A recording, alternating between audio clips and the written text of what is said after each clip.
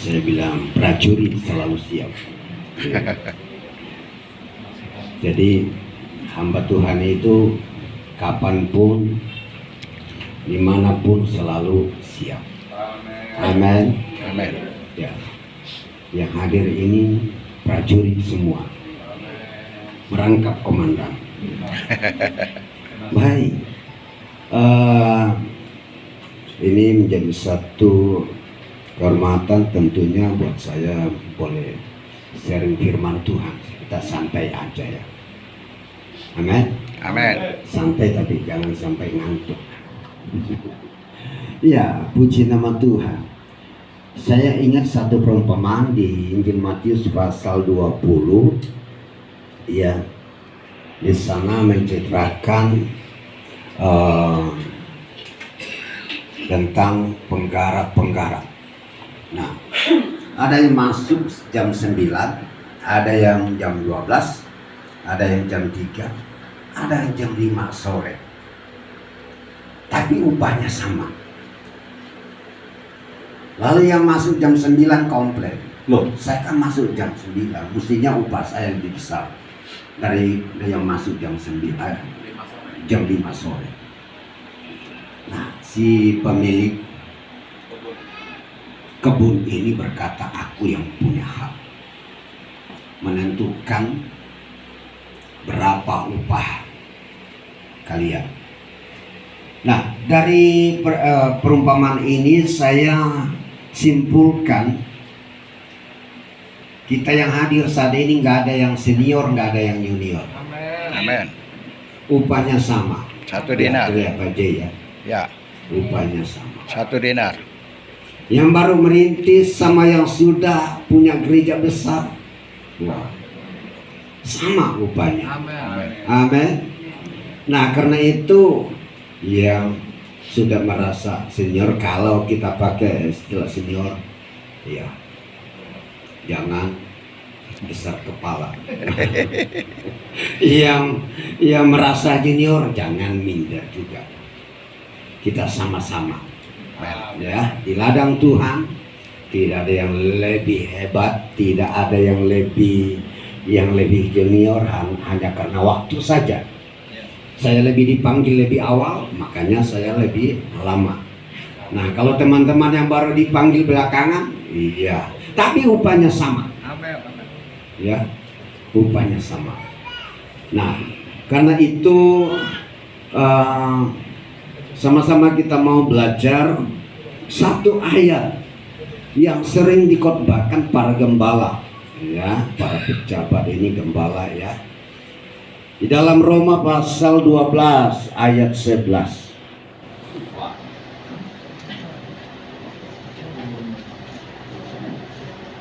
Roma pasal 12 ayat 11. Kita baca sama-sama ayat ini. 3, 2, 1, iya. Janganlah hendaknya kerajinanmu kendor, biarlah rohmu menyala-nyala dan layanilah Tuhan. Wow, ini mantap sekali nih ayat ini. Biarlah rohmu menyala-nyala. Ya, janganlah hendaknya kerajinanmu kendor, dan layanilah Tuhan. Saya kasih tema firman Tuhan, melayani Tuhan dengan antusias, tetap antusias. Amin. Amin. Iya, saya merasakan bagaimana merintis itu Sakit. memulai dari awal. Memang tetesan air mata, pergumulan, diresolusi, rasa nggak pernah di resolusi ya, cuma diusir. Iya. Nah, kalau saya merintis di Kota Bumi, sampai itu orang developer, kebetulan anak Tuhan, namanya Pak Joni, sampai pusing juga beliau. Aduh Pak Bro, Bapak ngotot minta di Pondok Makmur, padahal di Pondok Makmur tuh biang keladinya. Saya coba siapkan tempat di Pondok Permai, kantor pemasaran untuk sementara. Kami belum pakai, sudah kumpul puluhan orang di rumah yang rencana kami tatap muka dengan lurah waktu itu. Lurahnya nggak datang, tapi itu orang-orang yang jenggot kumpul, 2 tentara, 2 polisi. Nah, akhirnya Pak Joni pikir lagi, gimana ya Pak? Saya dikasih tanah di Pondok Makmur yang planningnya itu untuk rumah tipe 36 muka belakang begitu di kita belum urus, udah kecium langsung layang surat lagi, terbang surat ke Rami lah. Saya dipanggil, Pak Pendeta, ini harga mati, tidak boleh buka gereja di sini. Akhirnya developer suruh saya, udahlah Pak Abram, daripada pusing-pusing itu ada 500 meter tuh di GKMI. Wah, tapi saking polosnya saya bilang, di situ udah ada gereja, masa saya di situ lagi? Berarti saya alami bagaimana beratnya merintis. Saya hitung ya, saya 10 kali kami pindah.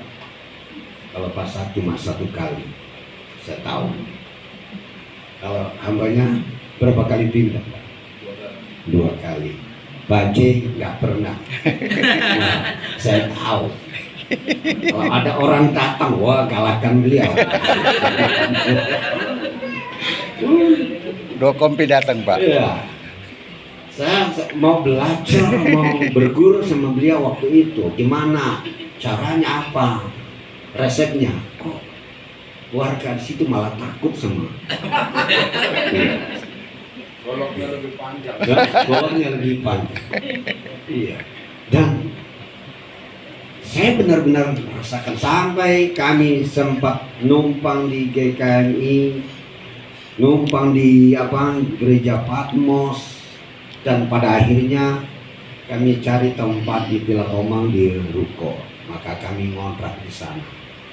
Nah, di situ juga kami 3 kali pindah, 4 kali dari Ruko 31 pindah ke 37, pindah ke 35, pindah ke yang kami pakai sekarang.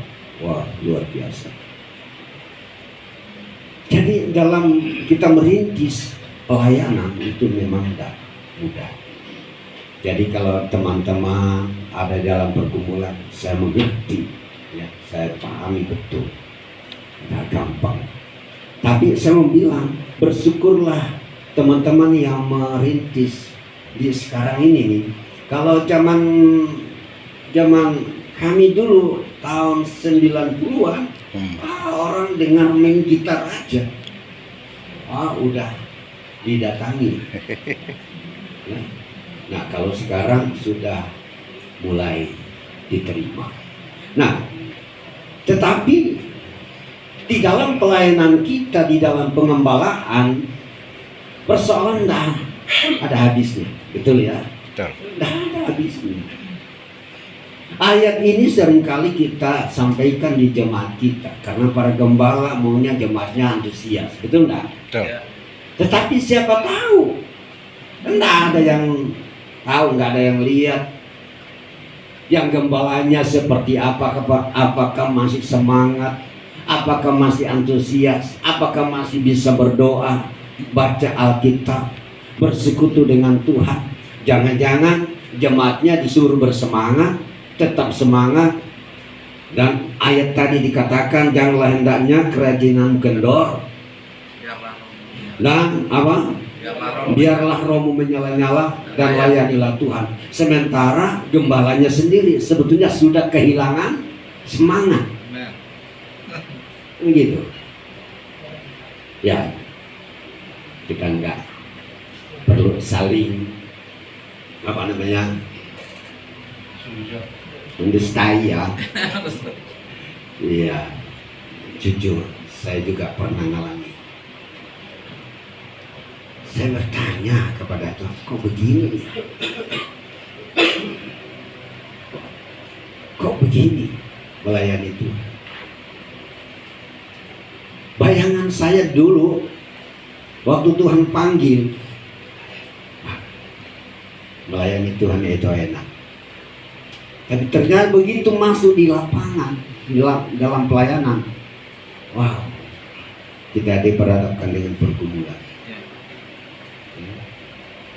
Nah, nasihat Rasul Paulus kepada jemaat di Roma, dan tentu buat kita semua yang hadir saat ini, para gembala, para pelayan Tuhan, nasihat pertama, janganlah hendaknya kerajinanmu kendor. Wow, ini penting sekali. Ya, bapak-bapak yang nyetir mobil, bawa motor, tentu mengerti betul kalau bautnya mulai kendor, nggak enak dipakai. Betul nggak? Ya, nggak enak, nggak nyaman. Jadi kalau semangat kita mulai kendor, ini segera masuk ke bengkel, ya, supaya kencangin di servis, supaya kencang. Hati-hati, jangan sampai semangat kita kendor. Hati-hati, jangan sampai gini loh, tiap minggu kita masih kelihatannya masih melayani, tetapi pelayanan itu sudah merupakan pelayanan yang rutinitas, formalitas begitu. Tapi rohnya sudah mulai kendor, apinya mulai redup, semangatnya mulai berkurang. Ya tentu banyak hal menjadi penyebab kenapa bisa terjadi. Karena kita ya masih ada di bumi ini. Pergumulan, ekonomi, dan lain sebagainya. Belum lagi kita sebagai gembala, kita diperhadapkan dengan tantangan yang lebih, menurut saya lebih serius daripada hanya sekedar masalah ekonomi, yaitu menghadapi jemaat yang bermacam-macam karakter. Kita khotbah tegas dari mimbar, wah, ada jemaat yang komplain. Jadi serba salah kita. Kita tidak kunjungan, komplain. Wah, gembala saya nggak ada perhatian. Kita keluar hampir setiap hari, pendeta saya kerjanya mondar-mandir, khotbahnya panjang, membosankan. Khotbahnya singkat, nggak ada persiapan. Singkat, kegemuka, katanya Gak pernah puasa. kurus, Gak diberkati. nggak diberkati. Iya, inilah pelayanan. Nah, tapi Paulus menasihati kita sekalian, hamba Tuhan termasuk saya. Janganlah hendaknya kerajinanmu kendor, biarlah rohmu menyala-nyala. Nah, layanilah Tuhan. Nah, bagaimana supaya roh kita tetap menyala-nyala melayani Tuhan? Kita tetap antusias, kita tetap bergairah melayani Tuhan, walaupun dalam kita melayani Tuhan tidak seperti yang kita bayangkan. Ya, saya dengan istri, kami digaji dari Pasar Baru. 40.000. Kerja. Hah? 40.000 kerja. Sebulan bos.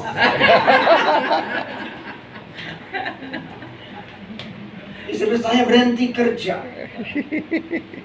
Kerja di kantor, pikir nanti dikaji. Loh, kami dikasih 40.000. Nah, lalu itu ditambah sampai 200.000.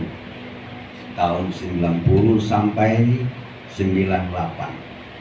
98 saya lepas dari Pasar Baru. Saya benar-benar otonom.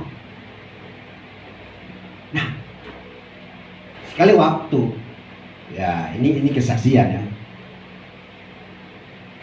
Kami nggak pegang uang, nggak ada. Wah, puasa terpaksa. Terus sebagai gembala, masa saya mau datang ke jemaat?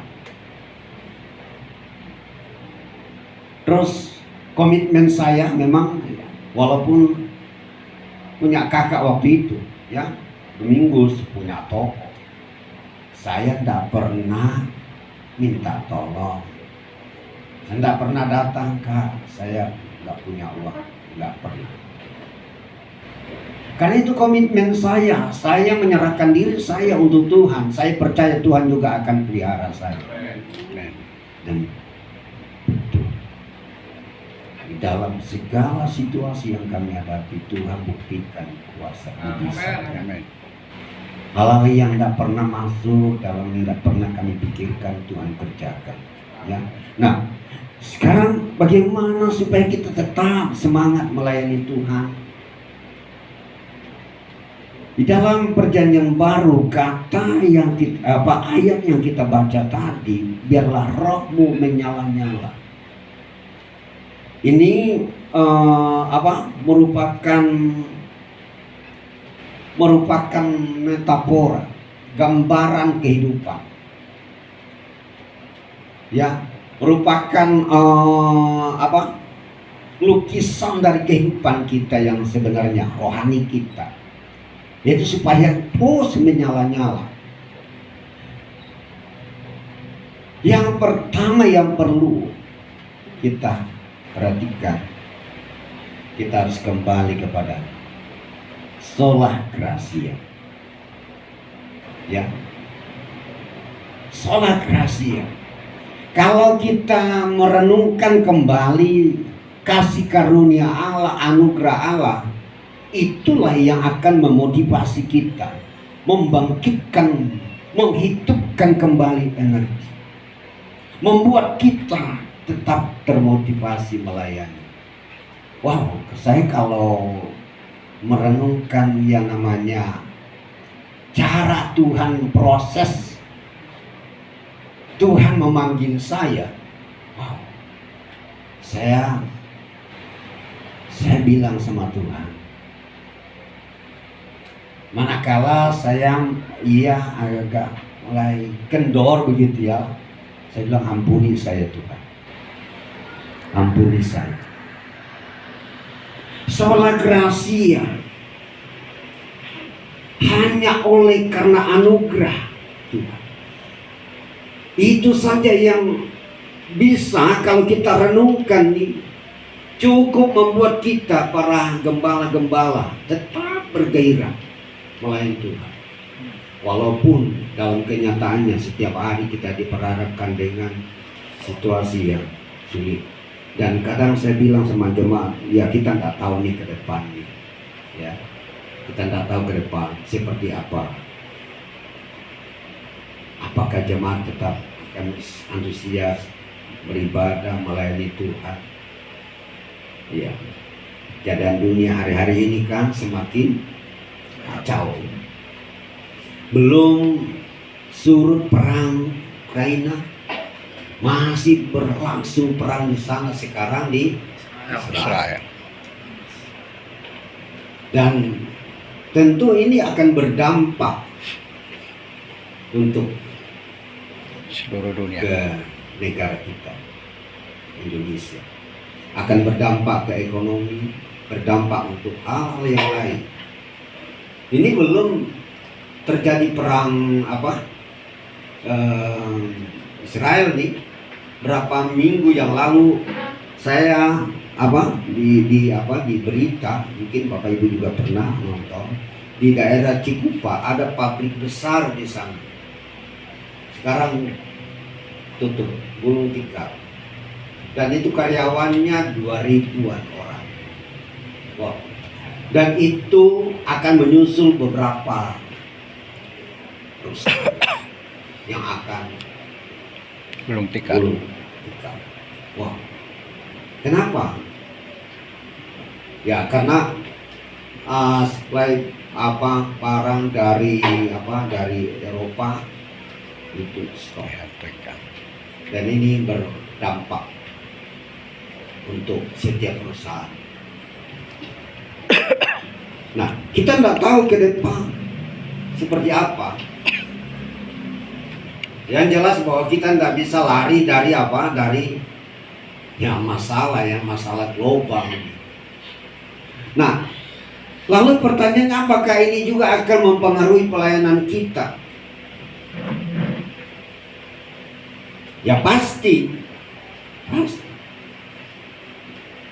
Nah, tetapi bagi kita para pelayan Tuhan yang fokus pada yang namanya anugerah Tuhan, panggilan Tuhan, kasih karunia Tuhan, kita ini melayani Tuhan kan hanya karena kasih karunia, betul? Amin. Ya, kasih karunia. Satu kehormatan besar kalau kita dipanggil Tuhan untuk melayani. Nah, saya mau sampaikan demikian. Bicara tentang sola gratia tadi. Kebenaran sola gratia inilah yang menjadi alasan, menjadi dasar bagi setiap pelayan Tuhan, hamba-hamba Tuhan, orang-orang percaya untuk tetap semangat melayani Tuhan. Ya. Iya. Kalau kita renungkan ya panggilan Tuhan itu, makanya kadang saya bilang sama ponakan, adik-adik yang mau sekolah Alkitab, saya bilang, kamu mau sekolah Alkitab hanya karena terhipnotis gitu ya, terhipnotis orang-orang khotbah hebat begitu, lalu kamu pikir saya juga pengen gitu ya, jadi seperti dia. Kamu pikir-pikir dulu, kamu harus berdoa dulu, karena faktanya kalau di kampus itu kan semangatnya semangat 45, mati hidup buat Tuhan, mati hidup buat Tuhan. Di dalam pelayanan udah melayani, masalah sepele, tinggalkan pelayanan.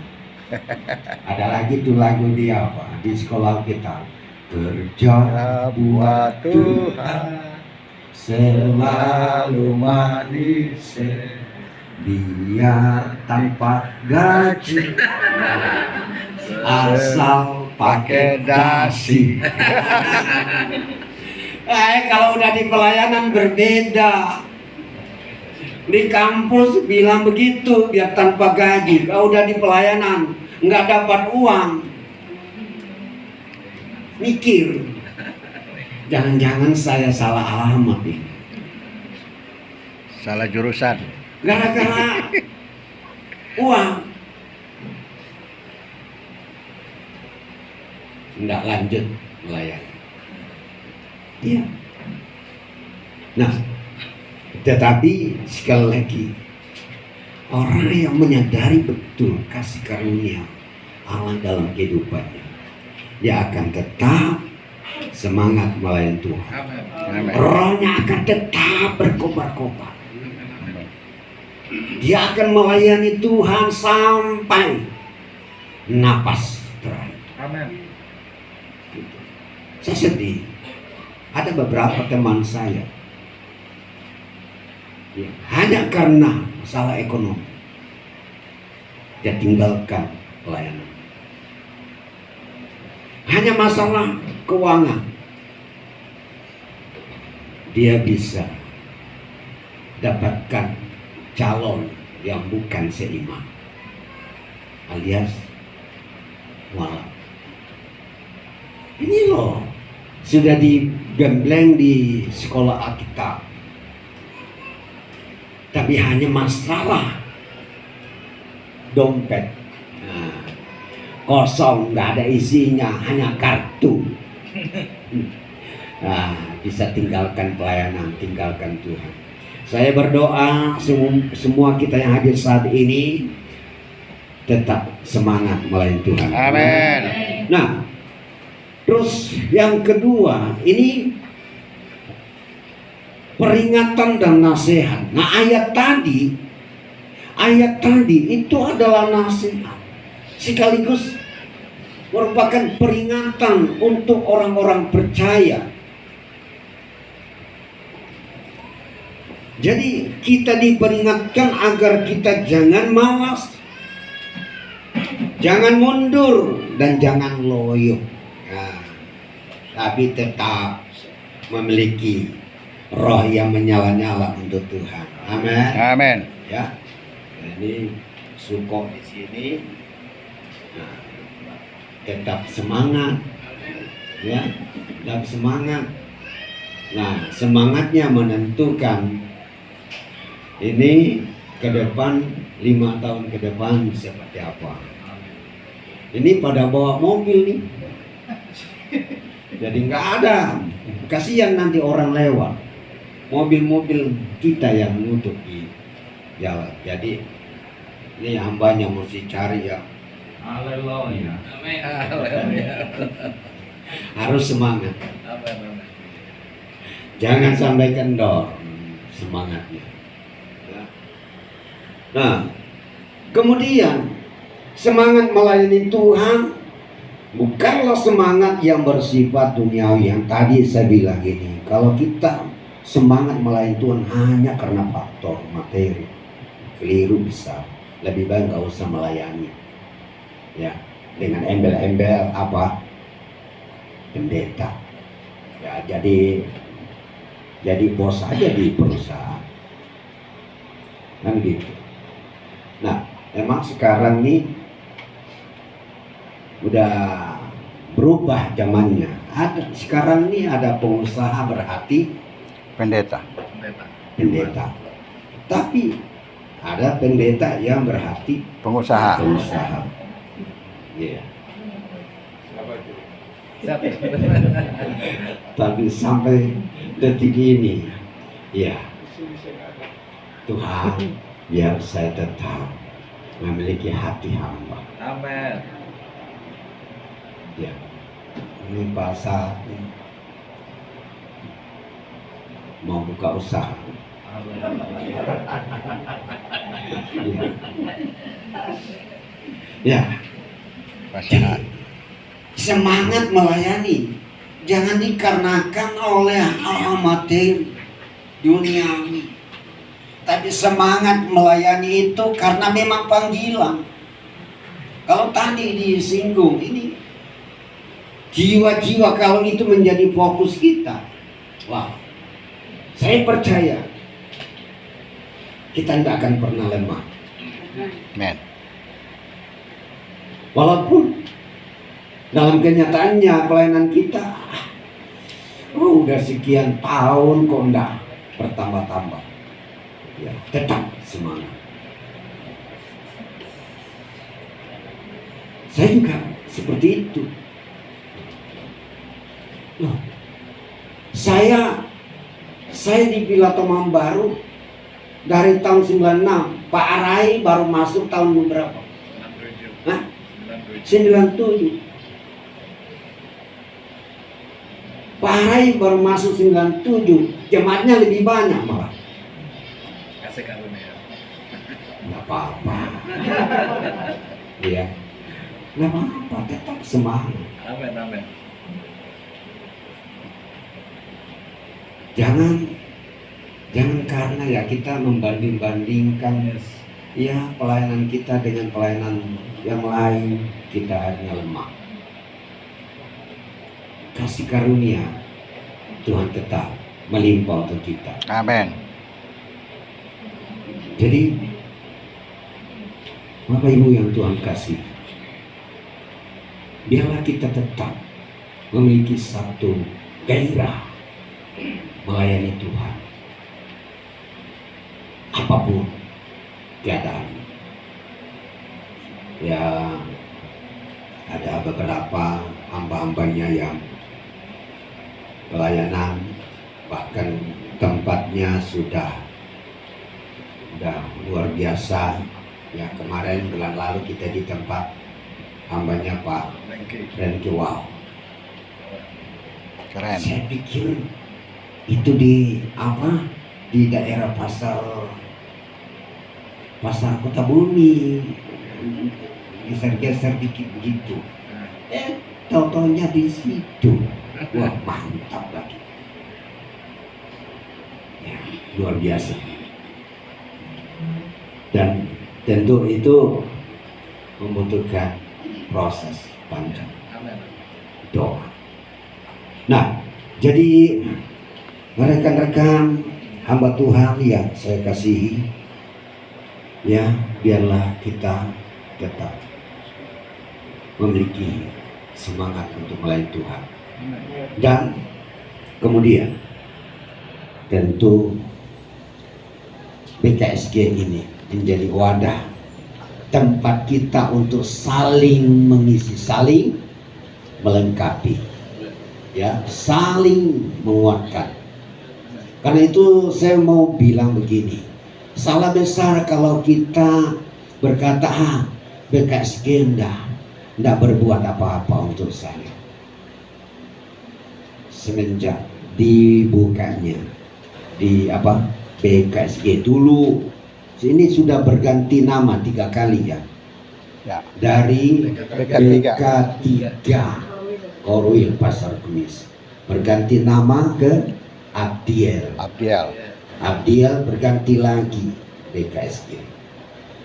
Saya dari dulu selalu bilang, saya sangat diberkati dengan persekutuan ini. Saya tidak melihat dari segi materi. Tapi kalau saya ketemu hambanya nih, wow, luar biasa. Semangatnya transfer ke saya. Iya, ini nggak ada lesunya, loyonya. Ini. Maka pantaslah jadi ketua. Jadi nanti kita tadiskan ketua sepanjang masa. Nah, izin dulu sama ibu ya. Boleh ya? Boleh. Tuh, boleh katanya. Ya. Jadi mari kita tetap semangat di dalam berkomunitas, berfellowship. Ya, yang lemah pasti dikuatkan, yang kehilangan, yang mulai kehilangan semangat akan diberikan motivasi. Lewat kesaksian yang tentu teman-teman akan saling menguatkan kita semua. Nah, saya mau tutup saudara renungan ini, ya, doakan kami juga jemaat ya yang saya layani, ya, tahun depan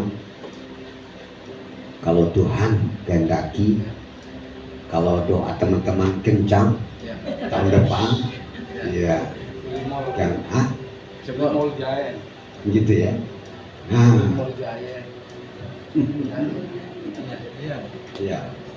Nah, tahun depan mau dibangun kita punya tempat yang lebih besar, luas ya. Doanya itu dia 3D, doanya, dananya, dayanya. Gitu ya Pak Jai ya. ya, Nah, itu penting. jadi dan memang ini luar biasa kalau udah waktu Tuhan. Ya, kalau udah waktu Tuhan, Tuhan buat semuanya luar biasa ya. Saya bersaksi. Jadi ruko yang kami ambil laundry Ya. itu bulan Agustus kami hubungi pemiliknya. Terus dia bilang, saya nggak ada niat mau jual.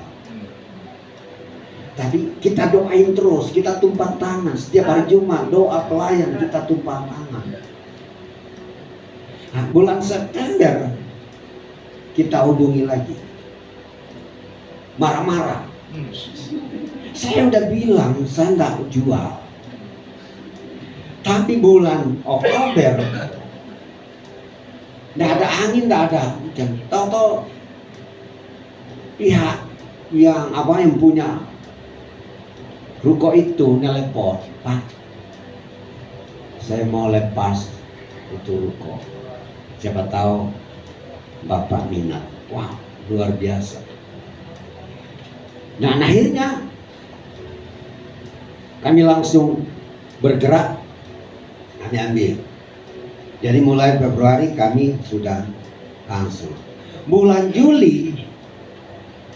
Juli saya masih ingat tanggal merah, tanggal 19.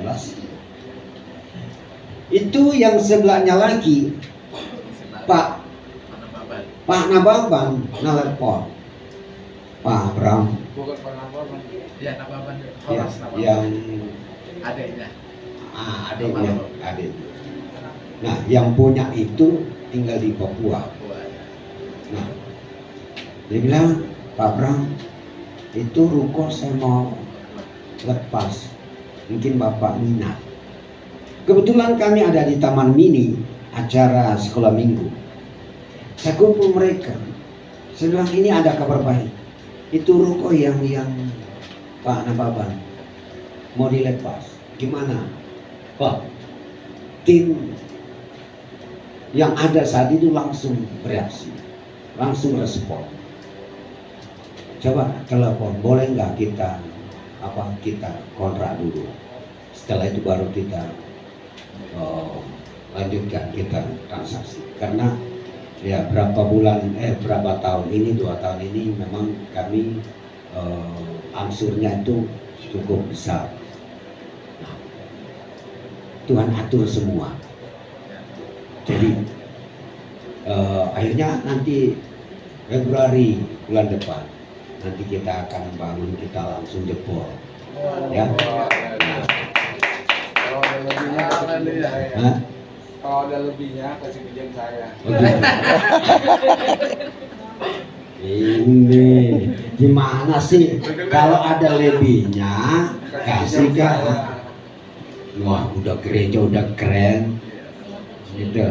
Ya, jadi itulah cara Tuhan. Makanya teman-teman ya, di sini Pak Suko, teman-teman yang lain mungkin lagi cari tempat.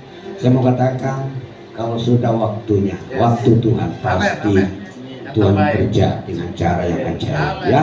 Nah, mari sekali lagi kita tetap semangat melayani Tuhan.